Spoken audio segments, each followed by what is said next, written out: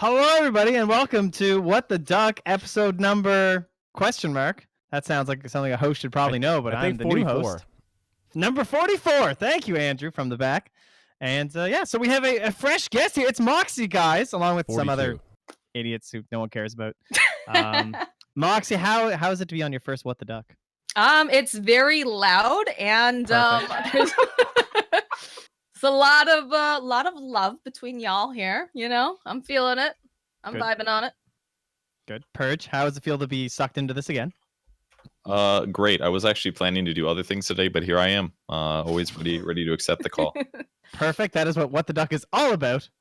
And Slacks, you're here because if we don't have you on the show, there's a lot of angry comments on whatever that's just place me. it's posted. Yes, When I don't go on the show, I use my alt accounts, and I'm like, "Where's Slacks? Get him on here. This show sucks." It's good for the ego. I like it. But thank you, Trent. Okay, perfect. Nice of you to join us here, cockboy. Thanks for ditching the last one. Yeah, sorry, I had this child to deal with. Yeah, you know, it's a little hard to put off compared to my Stardew Valley game and whatnot. And in ghost mode, we also have Andrew here. Does he have his camera on? Is he actually there? He's not there. I don't but have a Zayori camera. is secretly there. I'm feeling under the weather. He's under the weather, so he's under the camera, or not so much, I suppose. But it's been a while. When was it? 2 weeks, I guess. Wow, this is kind of like on schedule, guys. That's incredible. Yeah. We've made a new resolution for the new year. Of course, our year starts in August, and now we're really doing a podcast every Tuesday. That's it. We're really on it. Incredible. It took years of research for us to figure out that is the best way to grow a podcast, actually, is to have it regularly. Turned out we thought sporadically doing it with about 30 minutes notice would actually be the best way. Not so much. So welcome, everyone. You know, mark your calendars. Come on back every 2 weeks for What the Duck. Woo! Don't show up on the off Tuesdays, though, or else it's just me and Zayori. And, well. God, we wouldn't want Good job talking yourselves up there. Great job there. Are you going to do the normal thing that Zayori does now that your name's in the podcast, where you constantly drop it in the most inappropriate situations ever? Oh my God, my mom just died. Good. Wow. We talked about that last week on the Zayori podcast about someone else's mom that just died. Jesus. You know, he put my name first. I didn't know how to feel about that. You know, he's really jumping on the Trent hype train. Like, it's very generous. Very generous. Yeah.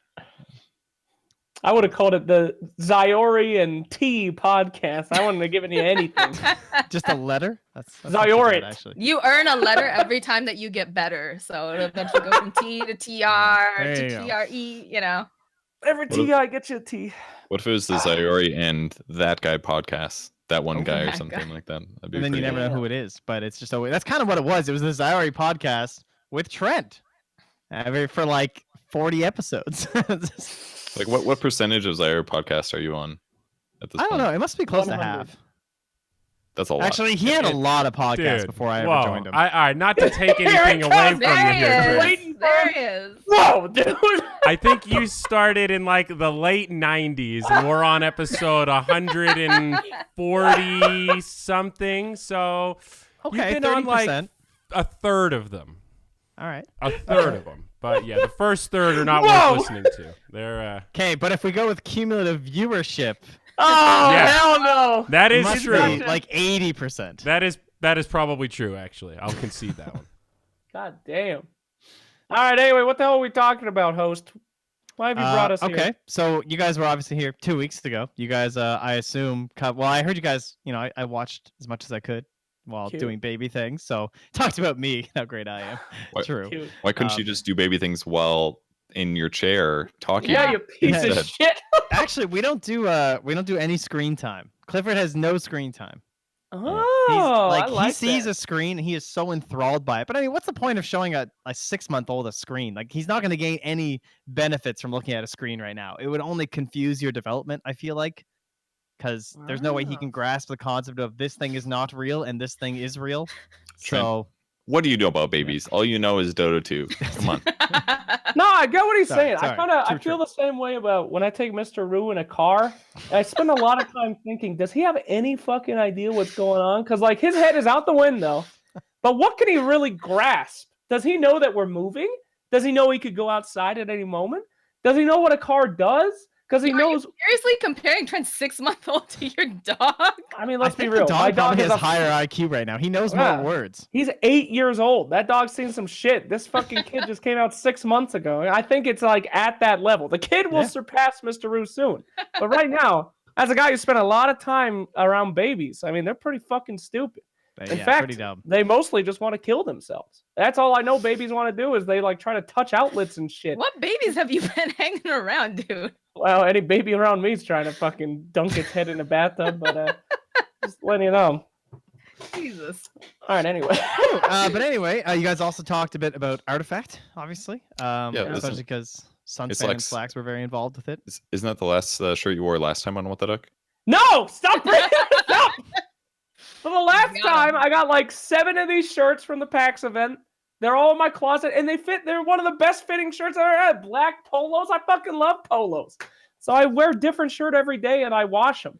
But it does seem like, from what I understand, in order to get Slacks to join Moonduck, basically he was given a laptop. And that was pretty much the last concession that was ever given to Slacks. And ever since then, I hear him ask constantly, guys, what about a Moonduck polo? I think I've heard that probably over a dozen times. Never happened. I'm fucking huge on polos, man. I know. They give you can go to a fancy restaurant in a polo. You can sit in without any pants on with a polo. They both work. It's all about the collar, baby. It's casual and business. The button up is too much for a lot of different places. You know? That's fair.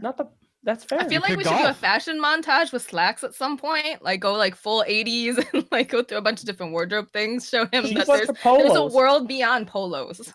Well, through many of his like content videos, I feel like Slacks has shown off quite a bit of fashion. Obviously with TI, you know, you were cross-dressing. With the Washington stuff, you were wearing this like leather trench coat that kind of looked like you were either selling watches out of it or murdering people. I'm not really sure. I like that coat. All right, fuck you. Why not both, Fred? Why not both? Do we have Dota to talk about, you assholes? Why do we have to talk about this? Well, the major qualifiers happened since you guys' podcast 2 weeks ago. So obviously several teams, couple surprises making in there, a couple big surprises not making it to the direct invites Kuala Lumpur, meaning that they therefore have to be playing in the minor qualifiers, which are on right now. Obviously Dream League are the hosts for that one. And they're running a 24/7 stream, 2 sets of casters working 12-hour shifts. Absolutely brutal, I have to say. I'm very impressed so far. Shout out to those 4, Owen, Gods, Killer Pigeon, and Kipsel, because it's brutal. Yeah, shout out to my girl Kips, man, right? Getting on that screen time, showing off that knowledge. Is this the first time she's casted, or is she like casted a little bit in the past? She's done a little bit of online on Jorenas de Copas, which was the all ladies tournament for Brazil, and I know that she casts with Killer Pigeon on and off occasionally. I don't know if she's worked with anyone else, but I know this is like the first big event that she's done. Yeah, definitely. Cool, good for her, man. I like that's one. Do you know what team didn't make the major? I don't know if you've been paying attention at all. No, I couldn't care less. Right now, I'm grinding Dote so hard. It was the winners bus team. Liquid? Oh shit! They didn't make the goddamn major. Not only did they not make the major, they're currently in the lower bracket first round for the minor qualifier, and they have to play up against the team who defeated them in the major qualifier tomorrow morning. Oh, okay. Very excited for that. But for context, they in their best of 3 where they got eliminated, they won their first game. Game 2. Miracle was probably something like, let me play Bounty Hunter, which he does once in a while. And Curl played Safe Lane Storm. I didn't watch the replays, but I like looked at the evidence. And then they lost game 2. And then they played game 3, try hard, and they lost game 3. I didn't watch any of the games, but I looked at like the match IDs. So it was like they were winning, then they kind of threw, and then they lost game 3. So so you assholes think. So you think. Isn't it a rule that you're not allowed to go to a major and a minor? These days, you have to win the minor to go win to the minor and then get into the major. But you can only get more money during doing that. Listen, last year they expected all the pro teams to be like ditch the minors and go to the majors, but they didn't realize that all the pro teams would be greedy pieces of shit and go to all the minors and the majors and then complain that there were too many tournaments. Well, guess what, dumbasses? You weren't supposed to go to the fucking minors. So now the greedy ass teams are throwing the qualifiers for the majors to go to the minor, to win the minor, then get invited to the major and win the major. Team Liquid, come on. If I had to pin it on something, I would say it's that they're probably just have enough time off, and they didn't take like a really hard boot camp after TI, understandably. And Liquid is a good enough team with good enough players that they can probably get up to speed. Like even if they don't qualify for the minor, Liquid's going to be fine, guys. They'll still place well in tournaments later this year. And I don't know, are there any open qualifier possibilities for TI? I don't remember how the system works, but like I feel like no matter what, Liquid's going to be okay. So I feel like they're taking the slightly less obvious OG approach, and that they're playing, but they didn't practice super hard, and maybe they're not giving it full effort right now, is kind of my assumption. It kind of feels that way. I mean, even Matu, like when he's on vacation right now, or at least on a break at the moment, so they have RMN playing in the minors too for them. That's not even Liquid then. What are we even talking about? Liquid was the ones who didn't make it to the major qualifiers. Oh. It was the full 5-man still lost that. Oh, so, that's not good. It's a little surprising. That's for sure. Yikes. Okay. I was so proud of them too. When they did their announcement, they're like, "We're not changing rosters. We love our guys. We'll stick with it." I love those goddamn posts from teams. Oh, they're so good to look at when somebody massively betrays them. Like the the OG what was it, when they kicked Moon? God, they came out with this thing. They're like, "We're friends and we're loyal," and then like 4 months later, how could you do this? I love them.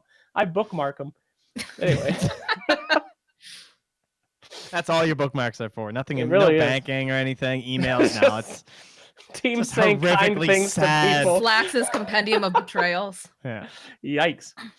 All right, so what else we got for news? How are these? How the teams looking? I haven't watched any Dota since TI because Lord knows I watched enough goddamn Dota then. The question is definitely when is the patch coming? I think a lot of people were expecting a big patch post TI. Didn't happen. That's kind of happened in the past where like the TI, because I think last year, right? Didn't we have the TI, essentially the TI patch for the first couple, and then right before Dota Pit, we got the bomb drop with the new patch and everything.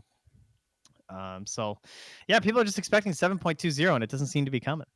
I think it'll come after the qualifiers, probably, if I had to guess. Yeah, I think everybody's pretty ready for it. I think pubs kind of feel like that right now. I wasn't really of the same opinion like 2 weeks ago, 3 weeks ago, but now I'm kind of getting to the point where I'm like, all right, it's all kind of the same heroes. I'm like looking around the pick screen like, what do I want to try out? And it kind of feels like I've played everything that I'm interested in testing out. So I'm definitely ready for a patch. But once the qualifiers are over, I'm sure there'll be something, because there's at least like 3 weeks, a month till the minor actually happens anyways. Yeah, so it's quite a there'll while. be lots of time for teams to prep once the meta changes. I'm sure you just try some weird shit, Purge. Just do something totally weird. Go full Pavo here and do the offlane Ogre Magi and farm. Oh, I've done that already. Done. Right. Good Lord. Good. Let's get a little wackier then, right? Yeah, I don't know. It's I play like 60% of the player of the heroes anyways, just on and off kind of. And I like variety myself, and I like theory crafting, so I'm just ready for things to be shaken up enough that I have new ideas that I want to explore, basically, because right now it kind of feels like I've explored all the ones I'm like moderately interested in, I guess. So I'm ready for a patch. So like you do like the biggest and longest patch analysis compared to anyone. There's no question. Yep. That's the thing. Do you ever do a lot of like, do you think a lot about the patch like beforehand? Like for example, like things you're expecting to see, or just not at all? Honestly, that's what I thought you would say. Because have you ever watched one of these trends? Well, but I mean like, no, what I'm saying is like, do you ever have like certain ideas that you're looking into the patch? Like I look at someone like Kezu, who like he tweets this big long list of everything he wants to see in the new patch, like before it happens, kind of a deal. But I feel like I never get that sense from you. Yeah, I think listening to people give those ideas are interesting. I generally don't plan ahead much in any aspect of my life, so I guess I don't, like once in a while I'll understand, like I'll feel like I understand something enough to make a real criticism, like, oh, I think like, I don't remember, like shrines removed from base or something, or I think I called like the one I feel like I called was when they nerfed buyback gold.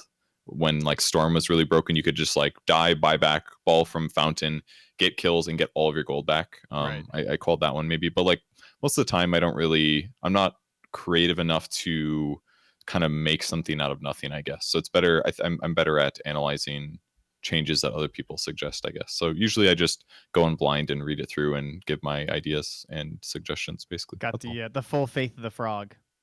Yeah, absolutely. Yeah, absolutely. I think obviously there's sometimes problems or whatever, but a lot of those are really difficult to see way ahead of time, and sometimes it takes months or at least weeks for that stuff to play out anyways, as people figure out item builds or something like that.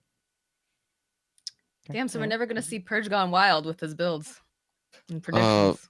I've seen some wild Purge it's just there's just so much that you could predict hypothetically, you know. It's kind of like that shit's for like a Reddit thread or something, you know. Bro, all right, next event we're making a content piece called Purge Gone Wild, and then it's gonna have that intro, and then you're just come back and be like, hypothetically, it'd be too hard to predict exactly when I'll go wild or what I'll do. So, I do. This sounds hot. All right, I like pubs right now. I haven't noticed too many things. The Spectre nerf was all right, but that's because it's the first time you've played pubs in 6 months. Well, that might be true. So Escape from Tarkov isn't actually Dota, right?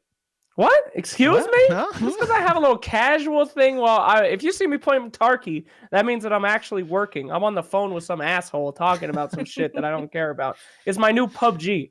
It's just some brainless moron shit. Okay. I don't play what I play Dota. I'm focused. But, you just podcast when you play Dota. I just podcast a little bit. That ain't hard. But I don't know. I have an announcement to make about Dota 2. I went back this week and played Omni Knight for the first time in 10 months. Came back to the fold. God, that hero is just not great. Not great right now. It didn't go well.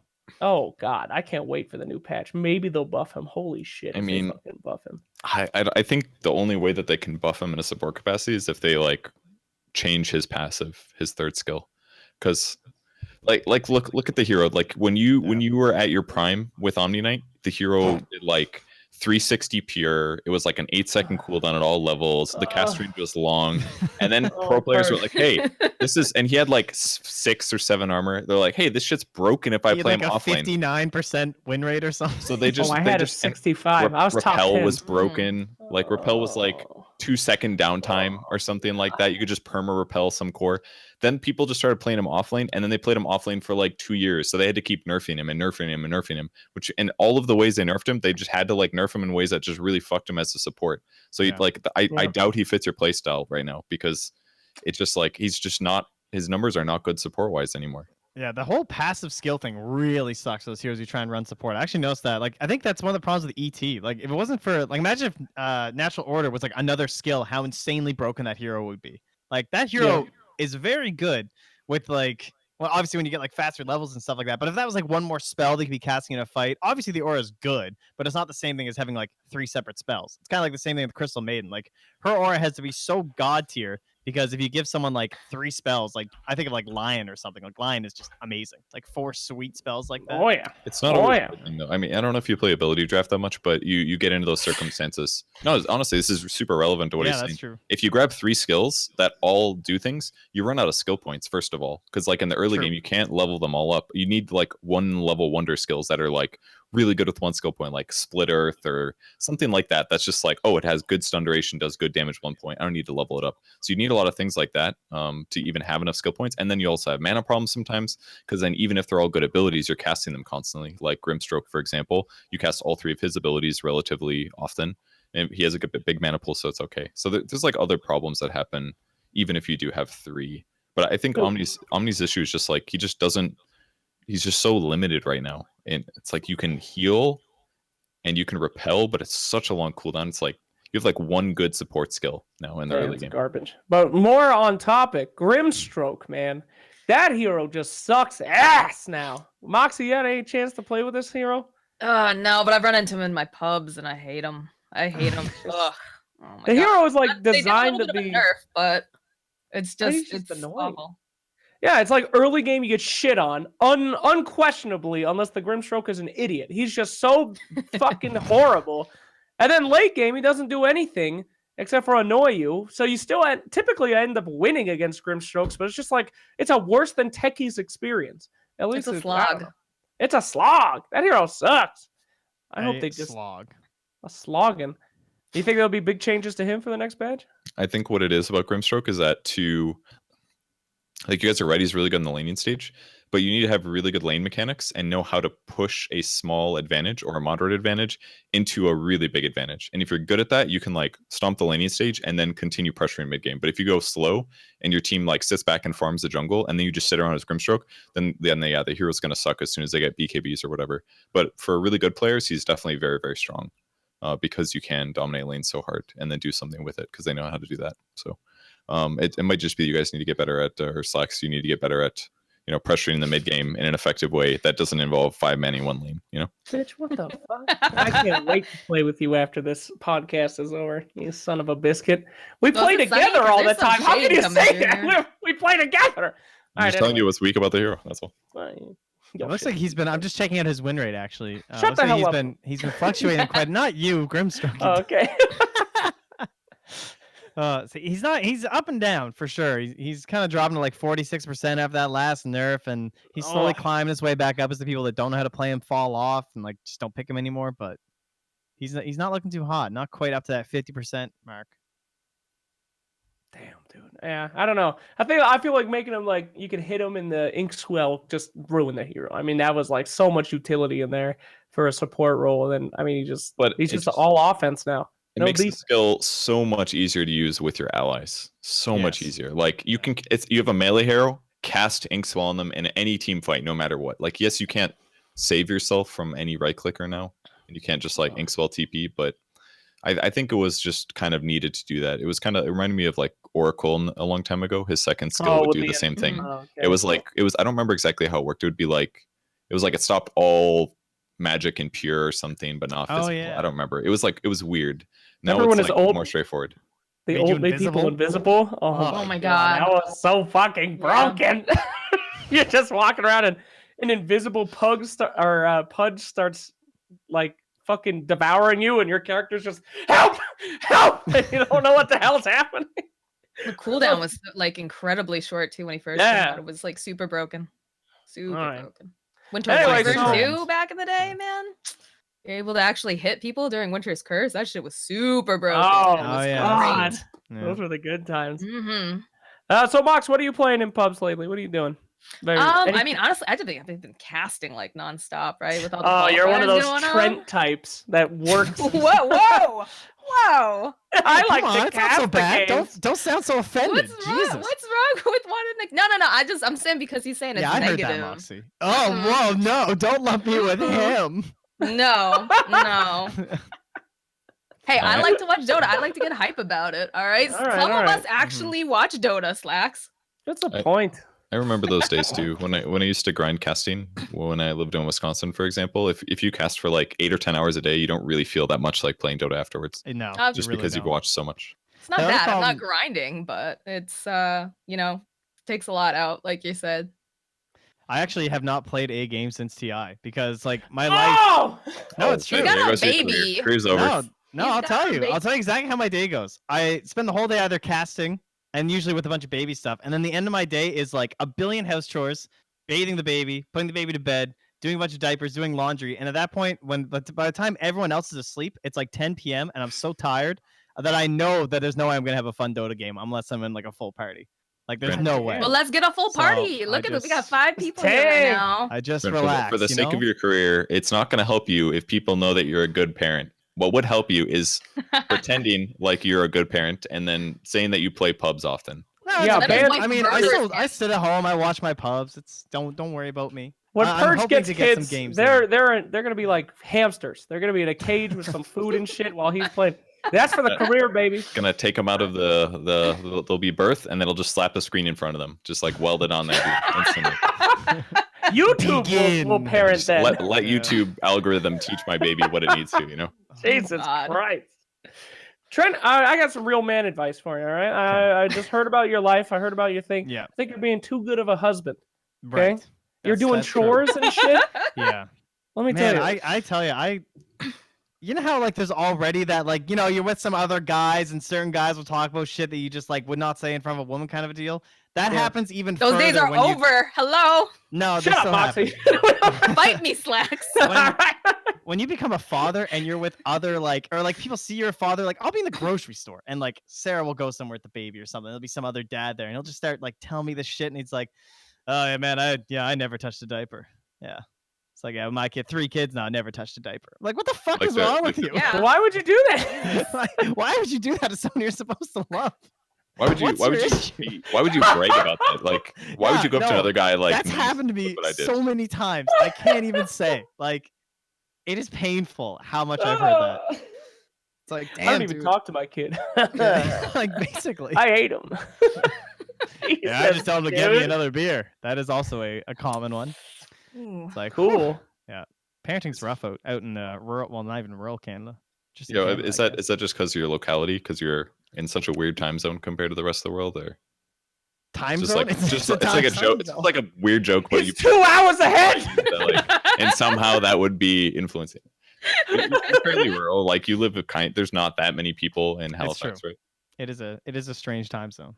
All right, let's talk about some Dota shit, you fucks. All right. All right, how about this? I gotta work on my language again. I've been playing. You can always tell I curse like exponentially 10x when I'm playing a lot of pubs, because I feel like normal human communication doesn't work in Dota. You just have to curse the entire time, like very strict.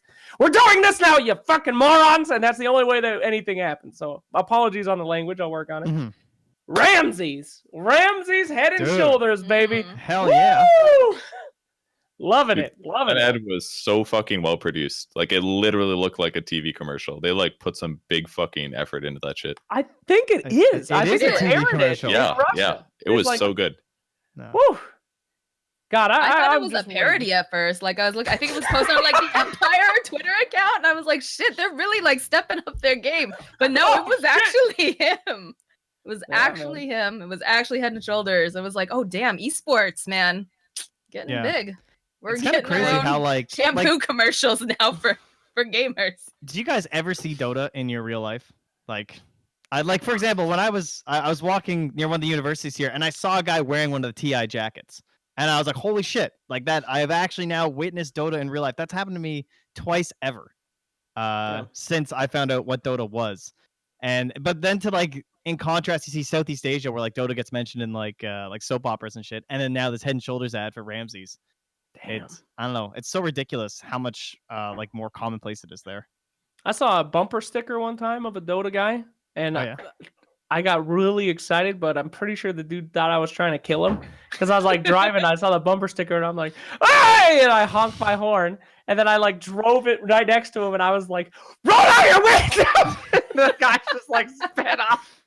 I'm pretty sure he had no idea what was happening, but you probably thought you were a league player or something.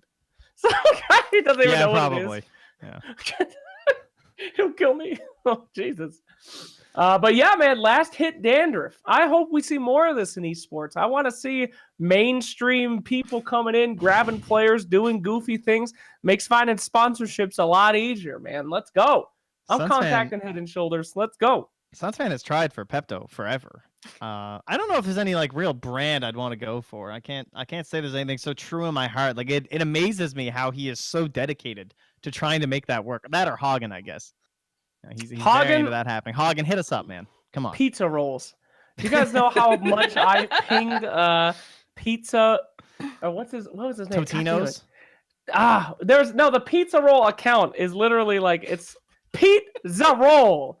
All right. Do you know how many DMs I sent to Pete-za roll? That was like, listen, dude, if you just give us $10, we will just like give you online fellatio for the entirety. We love pizza rolls, please. Why won't they do it? Pizza roll. Do you not like this brand that we have built? You just said online fellatio. Is that not part of the? Okay. The brand. Fair. Whatever. Sure, they ran for the hills when they heard that one. I feel like I don't do that much like sales or marketing or stuff, but I just assume that a lot of it is like those companies are so huge that they have these like giant ass budgets, and then they just like contact one person and they're like, hey, here's $600,000, go advertise to our demographics and send me back the details. And they're never going to waste time listening to somebody who's like, hey, can you send me $20,000 to sponsor Midas Mode? Even though it makes it's like perfect sense from our perspective, they just don't want to spend the time on it. So you'd have to like deal with the right people that are willing to spend the time to let it trickle down all the way, unless there is some like crazy marketing push or something. That's my assumption on how it works, at least. But that's probably fairly accurate. What would you be sponsored by, Purge, if you could have one brand sponsor you? Definitely Dota Buff and Predator for sure. Got him. Wow. It's about what I'd expect. I'd probably give them an exact 50.0, 50 and 50.0% equal rating. Yeah, but what he really wants to say is anything related to dog toys, because I feel like that price adds up, man. Dude, I got an email once. I don't know if I've ever told this story, but I got an email for it was some like I almost said the name, but I shouldn't.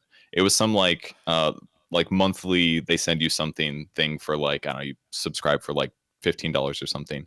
And I sent him an email but it was like one of, I don't, nobody probably ever gets these emails, but you get a lot of like mixed emails. You either get the trash sponsors, which are basically like, they're like, hey, we send this to every person that has ever had a fucking stream, and it's like, we're going to give you $20, and every time that someone clicks on your link and buys it, we'll give you $10. So it's basically like no risk at all to just blanket the internet in this deal.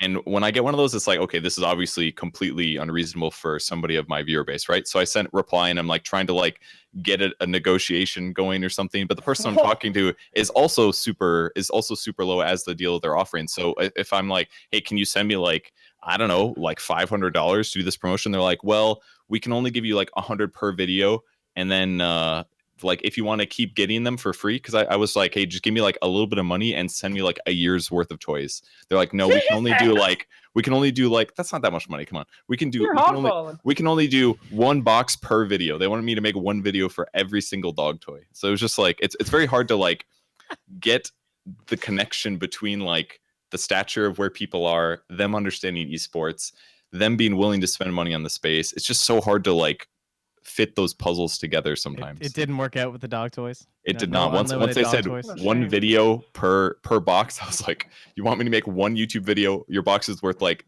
$15, and you want me to make one video for every box I'm getting? I think this is chat has a good point. Were they loot box? Were the golden versions of the toys? I could see some serious potential here, guys. I don't. It was literally like they'll send out one toy every month. It was not extremely fancy in any way. One video. And you use Instagram, and you just make an Insta story. You make that video, and you collect that shit. I know you can definitely abuse some terms in that way, but I try not to, because I good guy Purge over here. I don't use my Instagram that much anymore. Chaotic evil over here. Well, maybe not evil, please. Jesus. I know you're new, but you got to get things straight here. I'm not evil. Thank you. No. I said not you. No. I'm saying you're that behavior. Okay. You didn't even listen to the Purge. Wow. True. All right. Verified. I do have listening problems. You're right. Dang. That's scary. All right. So I will say this is our first minor. Okay, back to Dota a little bit here. Yeah, sure. This is the first one. There was all these questions because first off, it was announced extremely late in terms of like who's hosting or whatever, which was kind of surprising. But then eventually we're like, oh, it's Dream League, so everyone's all excited. And the question was, when these majors and minors were announced, was what does this mean for talent in terms of covering minors, covering majors? Are we going to be having like live coverage of like major qualifiers, for example? That was a big question. Everyone kind of thought that, oh, maybe we'll get like 5 hubs a year, and everyone will be maybe brought to the same spot and cast these majors. That was a serious thing we was throwing around. Right. And obviously for the major qualifiers for PGL, that didn't happen. It was just your typical online coverage, but it was extremely dense. Like it was like TI level number of streams for some of the matches. It was pretty crazy because that's how in depth you have to go with that tournament. And for those qualifiers, we're talking 4 streams at once of best of 3s. I think they were. So it was pretty ridiculous. And then now we go to the minor, and it's kind of interesting what Dream League has done, where they have just completely thrown every other match to the wind except for what's on their one line for the 24-hour. That's not something I would have expected for a minor qualifier. So they're not casting it. They're not anything. They are casting it. They're casting it like one line. So like basically they already have the schedule out as to what series they'll be doing, but during like they might only do 3 NA matches for the night, even if there's 5 or something like that. Like they won't do the other match that's happening, and they also didn't hire anyone to cast the other ones, so they're just out there. Is this opens or the? No, this is like the actual qualifier. Like the regional qualifier part? Yeah. Isn't that how it works, right? Okay, yeah. So which is basically like good enough that they should be covered probably. Yeah, it'll be the first time where it hasn't been covered, I would say, to anything of this pedigree. But in the same vein, and I'm sure we all agree on this, there's no effing way. Like, it's got to be really difficult for Dream League to make money on the minor. Like, when the new system came out, everybody was like, why the hell would anybody run a minor now? Jokes on them, though, because now they got Team Liquid, probably. Maybe. Who knows? That would actually be so funny, dude. If it feels like Team Liquid just rolls down a hill into their lap, and then the momentum just carries them, and they keep going into like the garbage bin or something, and they thought that they had something special that they could sell to sponsors, and that'd be pretty hilarious. He says he's not evil, and then he comes out with this shit. I'm not evil. Come on. The hilarity of these people's failures. He's like curl a mustache there. It's like when you're opening a chest and it's like the extremely rare and the regular shitty item that you don't want, and then the extremely rare goes away. It's kind of like that. That's basically what's happening. Yeah. We didn't really talk about the DPC, the new changes, but last episode. But Jesus, why would anyone run a goddamn minor right now? I mean, as somebody that's put on tournaments before, holy shit, we didn't make any money on last year, and it was like we had the best teams in the world. What the fuck? Why would you waste your time running a minor this time? So you get tier 2 guys, and the Dota community has just not shown the love for anyone that's not a tier 1 team. They just don't care a lot of the times. But maybe that will change. Maybe the minors now will put a spotlight on those tier 2 teams, and the Dota community's esports will change. But in the past, I mean, it's just been like, who cares? Yeah. Final Tribe are playing, whatever. See ya. Sorry, Final Tribe. They've actually been looking pretty good, not gonna lie. Hey, shut up. In some of their games. No, it's true. I think it is good that Valve also, remember in that announcement, they dedicated like the airtime, essentially. At least the way it was worded, it basically said like there won't be any other tournaments on during minors or during majors. Like they basically wouldn't grant tickets or something, or there was something saying like, just don't do it. All right, just trust us. Let these guys have their time slots. That's pretty much how I read it. So I'm actually, at first I was really confused by the fact that Dream League didn't at least hire the additional casters, but I mean, it all comes down to man hours and paying people, and how are you going to make money off this tournament? That I can understand if you're going to, at least they did do the effort of flying in 4 people, right? They brought 4 people to Sweden. They have a nice set. They're using the Dream League thing. Like Dream League has to use the set or it's not Dream League, right? It's just some other online organizer. So I think it's interesting what they've done to kind of keep that Dream League feel, but make it at least somewhat viable for a minor. Mm-hmm. Tone it down, do whatever you can to survive. I mean, that's good business, though. I mean, that's what they have to do. There's no reason to spend a lot of money to make these things great when, honestly, the viewership's probably just not going to be there. But that's for us to change. It's been hurting a little bit, that's for sure. Yeah. I've noticed some pretty rough nights a couple of times, like 4K viewerships leading to like the end of the night sort of a deal, and I was like, whew. That is painful for a minor, but it's also been very good. Like today's been a lot better. The NA matches are better, and the EU matches were better too. So they've been sustained over like 10 to 15K today, which is nice. While we're talking about streaming, a little bit of a runoff here. China bans Twitch. What do you think what's going to happen there, guys? So from what I understand, it was because they streamed like the Asian games or something. Someone was streaming something that was owned by the Chinese government as well as already bought by one of the other streaming services. And they were doing an illegal stream onto Twitch, which is what got Twitch shut down. That's funny because Twitch did that earlier this year with that big boxing match, didn't they? It was like a YouTube exclusive thing. And then Twitch was just like, oh, yeah, if you want to stream it on Twitch, we're not going to shut you down. Go nuts. I mean, steal it. That's fine. You can do that shit in America. You try that shit in China. Oh, God. Get the hell out of here. Firewall. Banned. So do you guys think that'll have an impact on esports? I mean, a bunch of the viewers are from China. A lot of Valve's policies are built around how do we satisfy the Chinese audience. Shanghai's in fucking China next year. Yeah, but they all watch on Panda TV anyway. Who cares? You think so? What Chinese viewers are watching on Twitch? Yeah, most of them are watching on the separate platforms. Humao or what? Yeah. Damn.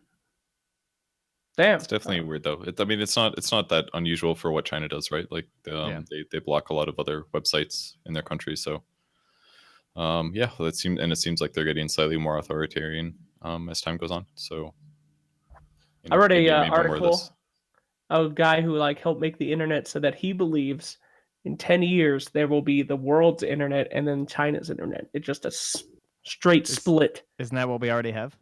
Well, kinda. There's a lot of interconnective stuff, but I'm talking like North Korea firewall. I mean, that's pretty much already happened in a lot of ways, though. You're right. It's not like completely done, but I mean, they have their own Facebook. They have their, they have their own everything. Everyone else in the world uses Twitter, but unless you're in China, you use China Twitter. Everyone else uses Facebook except for Russia and all that stuff. Yeah. But yeah, WhatsApp, all not that stuff. Not Weeaboo. That's something totally different. I think that's right. Anyway. So yeah, I don't know. I don't know how it impact esports. I guess it won't. I mean, as you guys said, they kind of aren't on Twitch already, but I thought it was a big deal. What do they do for TI when they're streaming in Shanghai? Are they allowed to have an According to Twitch Pimp, Hangout? it won't matter. That's what You Pimp can said. send the signal out, I think. I think you just can't watch it there, too. It's the other thing. So someone at home has to change the title. I guess that's one guy end. at Valve HQ. Game 2. Sorry, Tommy, you can't come to China. We're gonna need you to edit titles, and that'll be your job. Send us the stream keys. Oh, poor Tommy. We're doing it Moonduck We style. love you, Tommy. Thanks, Tommy. Taking one for the team.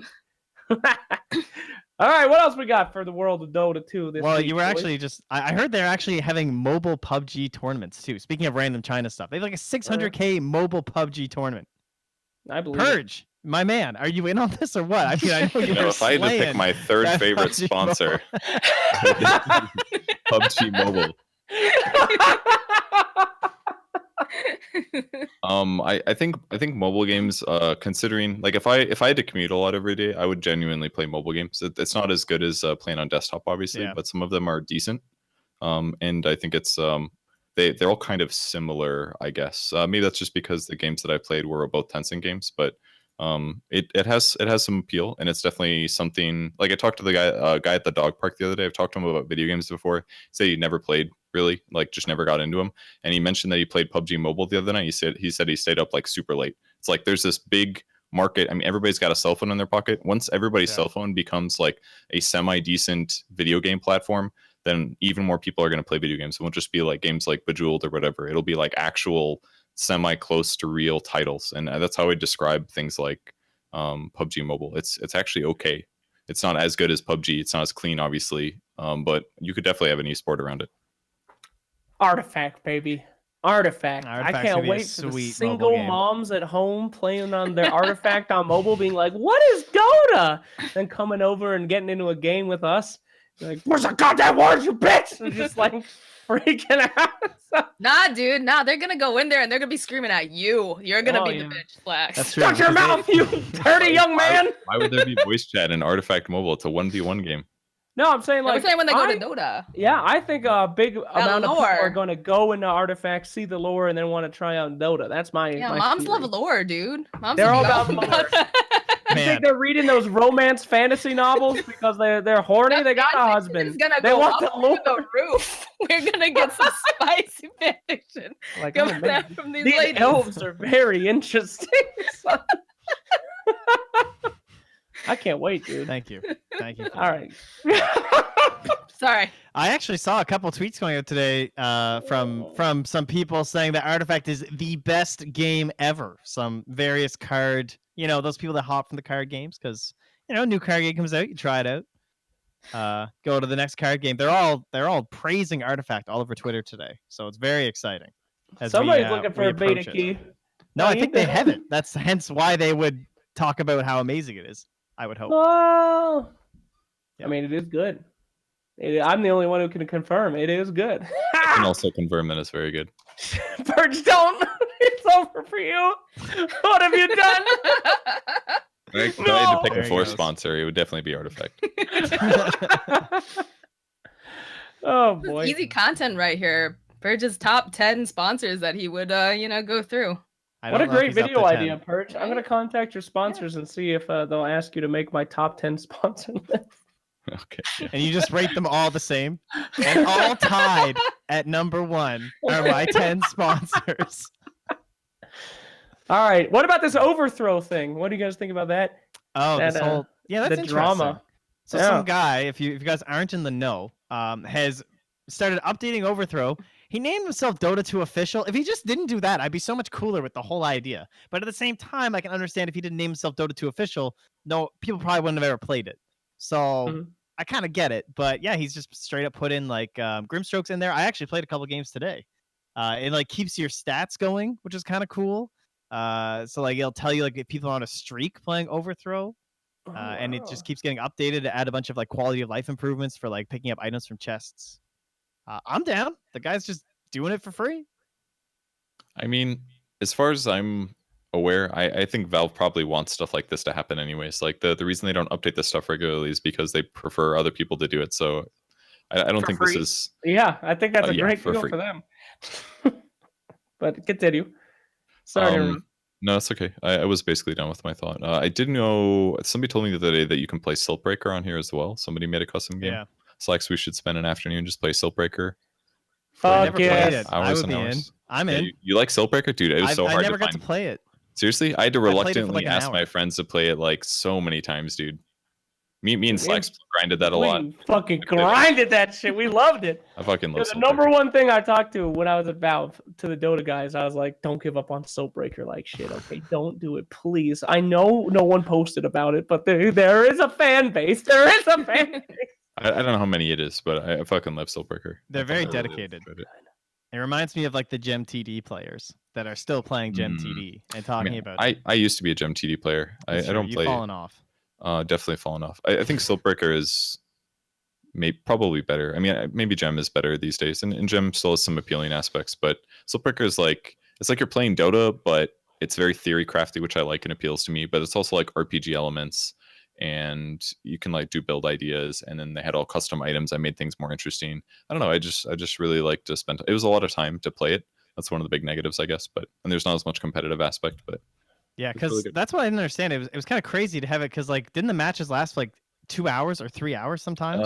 Like an hour and a half, probably. Yeah, minimum, yeah. Great. It's kind of crazy. Well, I mean that's cool and all, but for a lot of people it's hard enough to fit in like a guaranteed Dota game. You know what I mean? Yeah. And then to have to dedicate that much time to Siltbreaker was one of the main reasons why I just didn't do it. You have a baby, you probably can't ever play. Damn. No, I can play at night. It's okay, man. It's cool. Damn, take it easy, dude. Now, I think most people hated Siltbreaker because of like the random aspect. Getting in there with just 4 randos, like how you can usually play Dota, is impossible. You're never gonna have a good fun. It's got to be you and your buddies, and some people are not. Queued. I did too, but I'm talking about normies, not us. I mean, we're outliers on Siltbreaker. The casuals want to go in there and have a fun time with 4 people they never met. And that can't happen on a game that needs like that hardcore. Yeah, especially because it's kind of a progression, right? So if you like fuck up a little bit too much early, then people are like, dude, I don't want to sit with these assholes for another hour and 30 minutes or something.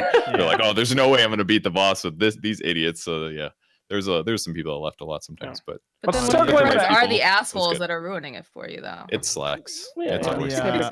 On the other end of that, though, I will say I absolutely loved Underhollow. I thought Underhollow was fantastic.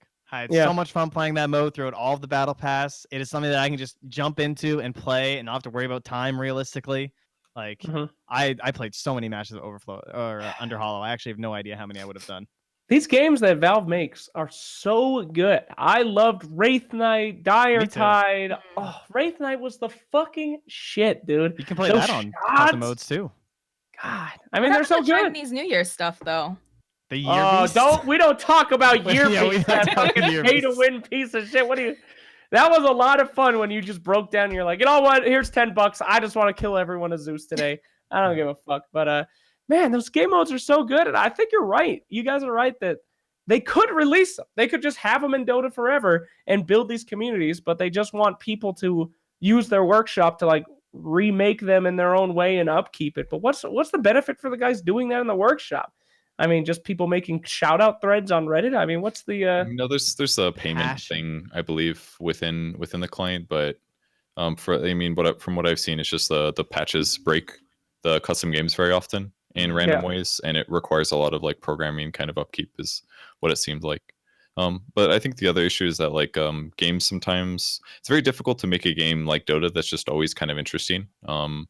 And that like you were gushing about Underhollow, but me myself, I liked it and I had fun, but it felt a little limited in options, and it felt like the best thing to do was a little bit too straightforward. It's like, oh, you see an enemy team, everybody pop their invises, run at max movement speed for like 7 seconds, so you can melee range initiate on an enemy team if you spotted them first. It's like there's shit like that is like kind of obnoxious. I'm glad they added banning to it. That was like a good step, but that's like one negative is that there isn't usually in like custom games there isn't always enough like player decided balance adjustment. You know what I mean? Like basically being able to ban heroes is huge, but there's still other aspects of the game that sometimes need to be upkeeped, and that takes time and a lot of focus and a little bit of research. So it sometimes makes games hard to be continuously playable and interesting when they also get broken by Valve.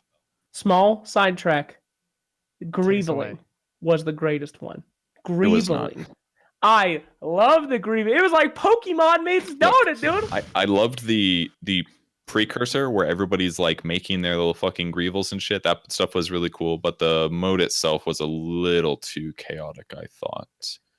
I came in as that was going on, and I was so confused. I just never played it. Oh. Not gonna lie. I still have my Dota. green unusual Greeble called Yoshi. Oh, I love you, Yoshi. I remember Zayori used to go on about his naked Greveling all the time. Oh, so creepy. Is that a euphemism or? I think so. His naked Greveling. Yeah. Best so courier, creepy. dude. Best courier. I forgot you were here. Hands down.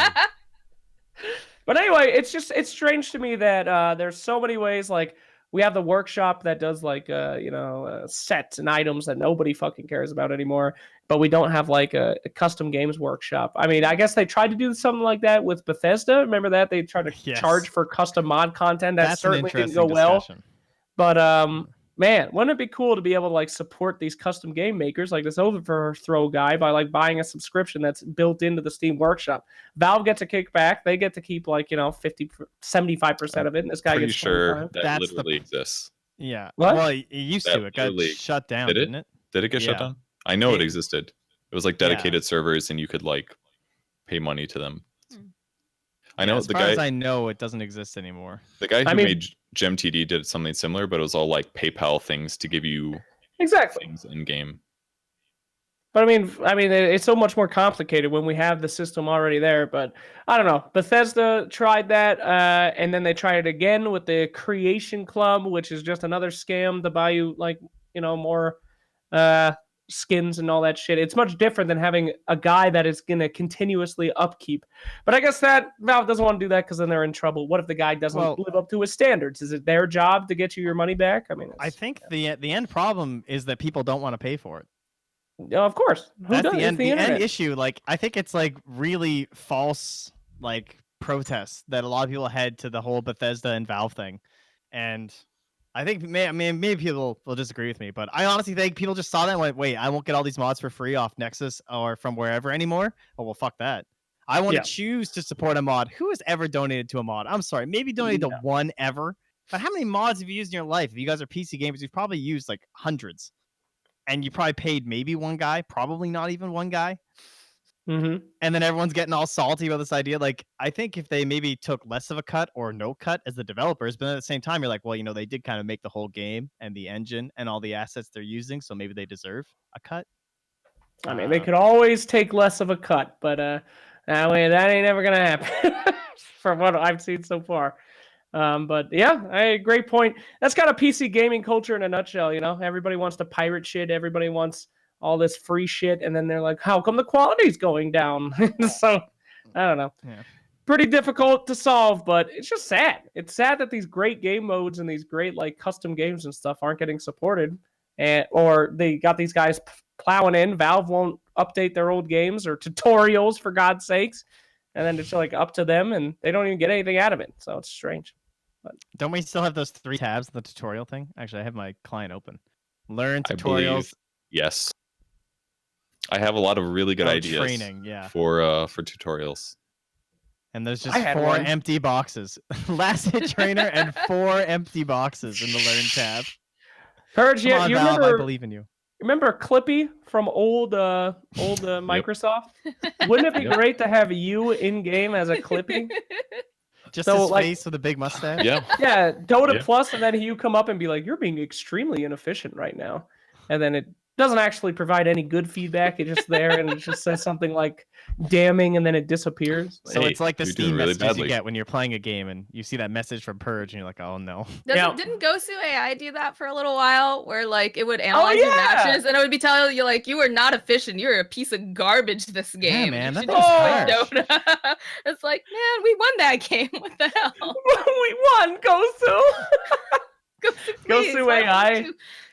It's like OpenAI, but it's just seen 10,000 years of shitty pub games, and it's like, you're fucking garbage. Just ruined it. Mm-hmm. Oh, Jesus. It'd be like one of those old chat bots that people used to play around with. If you just like fed it all chat from all Dota games. That's basically just AI. God. Awful, miserable bot. Can you imagine if they made a clever bot based only on in-game pub typing? Holy shit. That'd be the most toxic, psychotic fucking robot in history. Oh, man. That'd be real-life GLaDOS right there. Jesus. All right, anyway, what else we got? But anyway. Anyway, off topic again. Oh, I guess I'm the host. I think you're the host now. You're the host now. Flex took it. The host is now Slex's. No, I don't want to host anymore. All right. You're off that. Well, first off, so I guess in terms of like, we're talking about these minor qualifiers and everything, but it is a very different year now, right? Where, November 9th is the start of the major, and October 29th is the start of the minor. So we got a month and 4 days until this minor actually begins. Still TBD where or who that is. It's assumed it's Dream League, but it doesn't actually say on the Dota 2 Pro circuit. And I guess we assume it'll be in the Netherlands or Sweden, I suppose, rather. But we don't know that because it's not updated. But that would be my assumptions. But then what about all this downtime? Because there's not gonna be any other qualifiers, at least for majors. And so now it's time for these other tournaments to like fill in this gap. And we do the same thing again as the previous years, where everyone starts arguing over weekends, trying to figure out what tournaments are on. The only tournament that I've heard of and that is listed on Wikipedia, as far as I know, is the PvP esport, which starts in Singapore on the, what is it? Starts pretty soon, right? October 5th, I believe. It's not far away. And they already have the commentators, so it's like Shiver, Cap, Fog, Grant, Kyle, and OD Pixel will be there. What is this event? I haven't even heard about this. The PvP Esports Championships. Direct invites are LGD, Secret, Fnatic, and KSY was the Australian qualifier. I was going to say, that doesn't sound like a direct invite. So then they had a qualifier from Australia, the Philippines, Singapore, Thailand, India, and Indonesia. Whoa. Yeah, this looks pretty good. So that's going to be Grant will be there? Well, I'll watch it. All total right. tier 1 versus tier... It's like 3 tier 1 teams or top teams, I would say, in Fnatic, Secret, and LGD. And then you have kind of middle ground of Admiral and Boom ID. And then you have 4 teams that you've probably never heard of any of them. But you will soon. Exactly. That's the point. I see Miracle's actually playing in the Singapore squad. So there you go. Dang. That's couple cool. Players, you'll know. It's such a strange feeling compared to last year. You remember how last year it was just like this horrifying list of like every day there will be a major. Aren't you excited? Man. And the difference is, like, last year we knew all of the qualifiers. By now, I think we had most of the dates for qualifiers, like, publicly for up until like January or February or something like that. Whereas right now, all we know are major and minors, and then there's just this giant mysterious cloud of like, I wonder if BTS is doing a tournament on these days, or is Moonduck doing something here, and no one really knows. I feel like there's probably gonna end up being a real lack of communication this year compared to last. No. Lack of communication between tournament organizers? Come on, man, this is crazy. I don't know. It's gonna be a Wild West this year. Excited to see how it turns out, I guess. But I'm ready for another big event. Fuck it. Yeah, it's been some over little for a stuff, while. right? There's ESL coming up, and then there's also NADCL doing stuff as well. So yes, NADCL. Shout out to 3 hours from now, we'll be doing the seeding for that. That'd be kind of fun. It's going to be me, Peter, and CCNC going through the list that's of the teams North signed American thing. Oh, yes. NA Trader.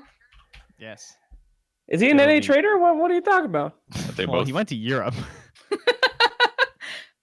Hey, Slacks, welcome to the 2018-2019. I've been gone for like 2 weeks. What the fuck? Peter's in Europe?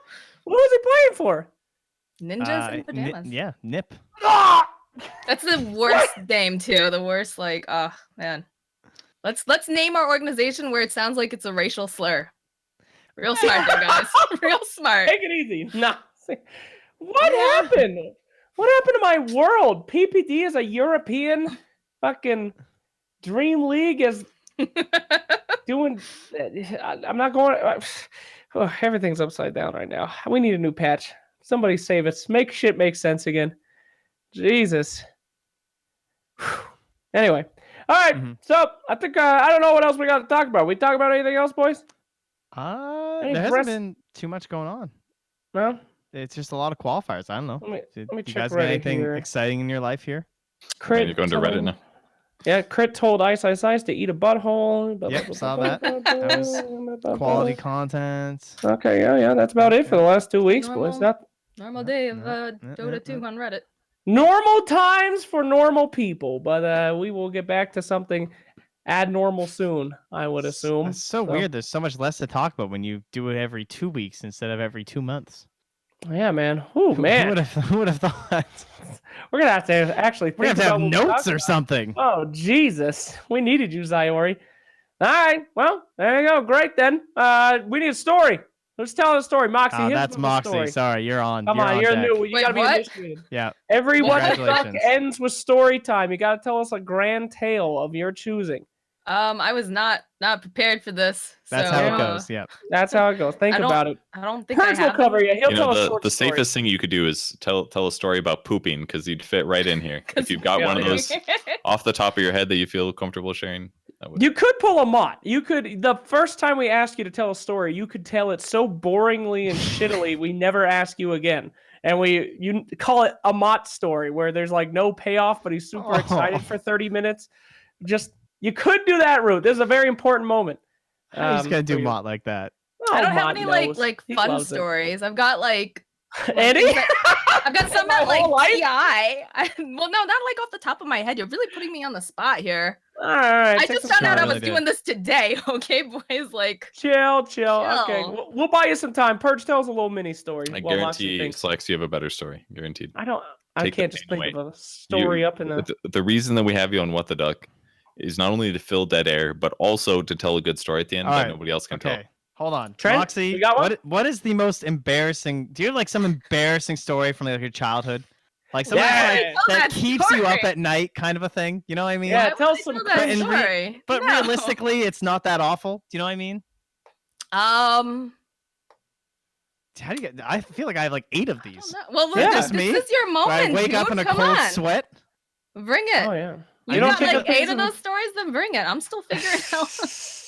I could tell a story, but Slacks isn't gonna like it, so we're not telling that one.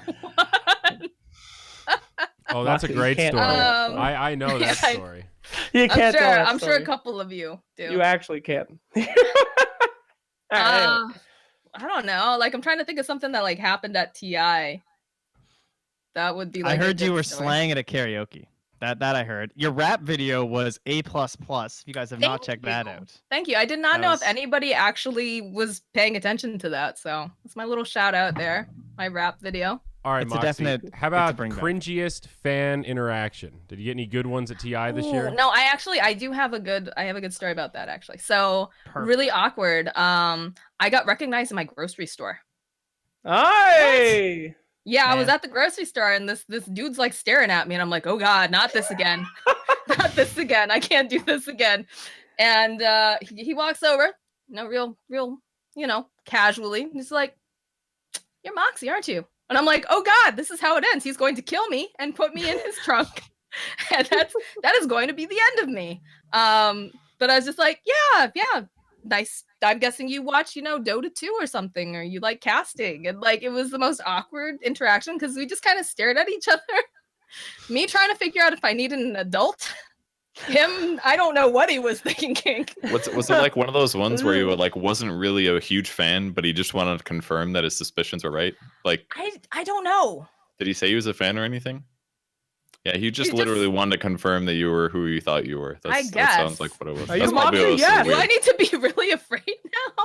Goodbye. So anyway, we just looked at each other, and I was just like, I don't know what to do. Like you're not talking, and he's just that's like, what happened. Just like nods, and just walks away. Goodbye. Excellent. Nice local. I remember at DC when everyone else was obviously it's very busy whenever you're at a LAN. But Purge and I decided we'd get out and see some of the sites because we're in DC. That's exciting. So we did like the whole loop around the mall, and so many times people would stop and ask Purge for photos, and they had no fucking clue who I was, which is fine, totally understandable. But it was just like, oh, Purge, will you take pictures with us? And like he'd stand over like 3 people. I'm just like standing there twiddling my thumbs, and we'd start to walk again, and then we do more pictures. Oh, okay. It was pretty great. I do have a story that's about photos now that you mention it from TI.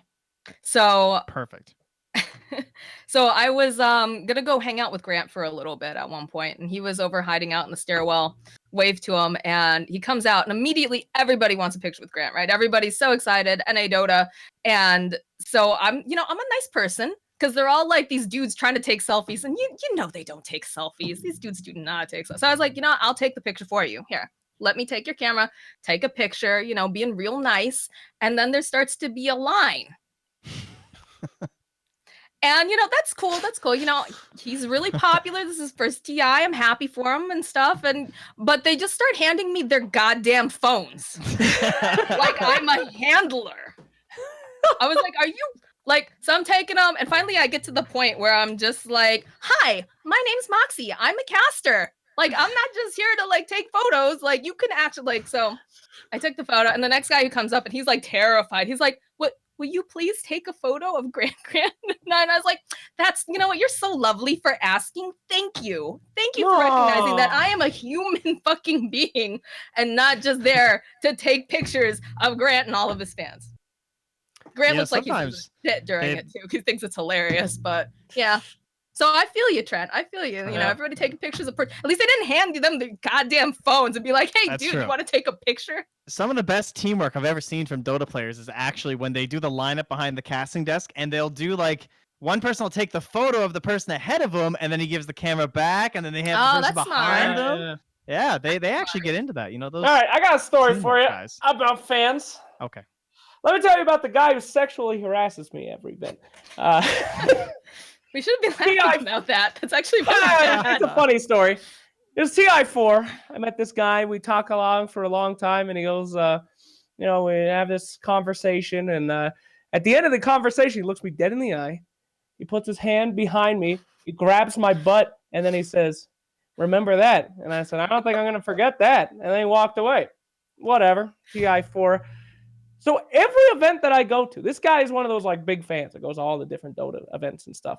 I'll just be talking to somebody, and then it's not like a quick, like a funny little, it's like he digs up like under the cheek part, and then he like holds it there until I realize it. And I'm like, I turn around and I'm like, bro, what the fuck is it? And then it's that guy, and he's like, hello again. And I'm like, oh, ass guy. So I start calling him ass guy after a couple years. And it becomes this thing where it's like, really fucked up, but at the same time we both know how fucked up it is. So like I'll be talking to somebody and I'll just feel it, and I'll be like, is that ass guy? And I turn around, I'm like, hey! So anyway, the relationship has been very much like he just sexually assaults me, I laugh about it, we hug each other, he walks off. But this year at last TI, I thought I would change things up. You see, I'm waiting to do this interview, and I'm like super stressed out. I think it was like, I was in the Boris. I leaked it. But I was in the Boris costume, like around the event, the arena and stuff. And I just got out of it. I'm fucking hot as shit, waiting for this thing to happen because it's a timed thing. And I feel the ass guy, and he gives me a little squeeze, and I turn around and go, ass guy, get out of here. Now's not the time. And he goes, bro, how you doing? So for some reason, I was like, you know what? And I just reached over and I grabbed his ass this year. And the look of horror that he gave me was so, I've never seen anything like it. He's just like, and I took a picture of him and I put him on like my Twitter, and I was like, it's my number one fan. And then he just walked away, and he was so disturbed. So I don't know. There's not really a point to the story. That guy's been grabbing my ass for like 5 years, and I grabbed his, and then the relationship got real weird, and I never saw him again. Speaking of you touching people, we actually have in chat the real person you touched up as Santa at the Boston Major. So I just special shout out to anyone who had to be a part of that. Hello, young man. It's almost like Ass Guy and other sexual harassers don't realize the mental strain they put on other people and the fact that they don't like it. Oh, is that what happened? When you squeezed him back, he's probably like, "Oh, I don't like this, huh?" I feel violated. I had to like it for so long. That's not fair. You didn't have to like it, Slacks. You didn't have to. I didn't like it at first, but then I got this like victims complex where I kind of was looking forward to it. But no, I'm kidding. This is too deep.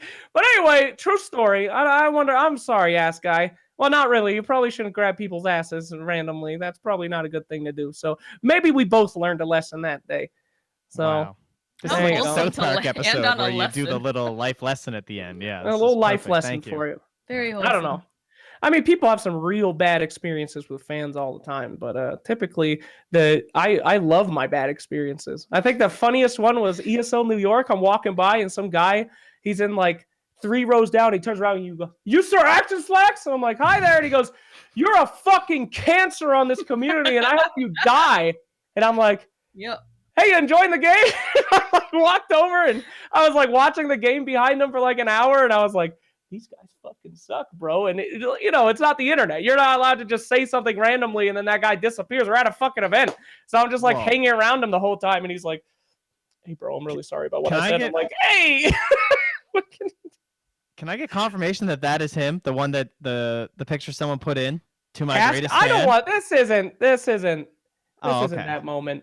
I'm not gonna take out ass guy and put his face out there. That's fair. That's fair.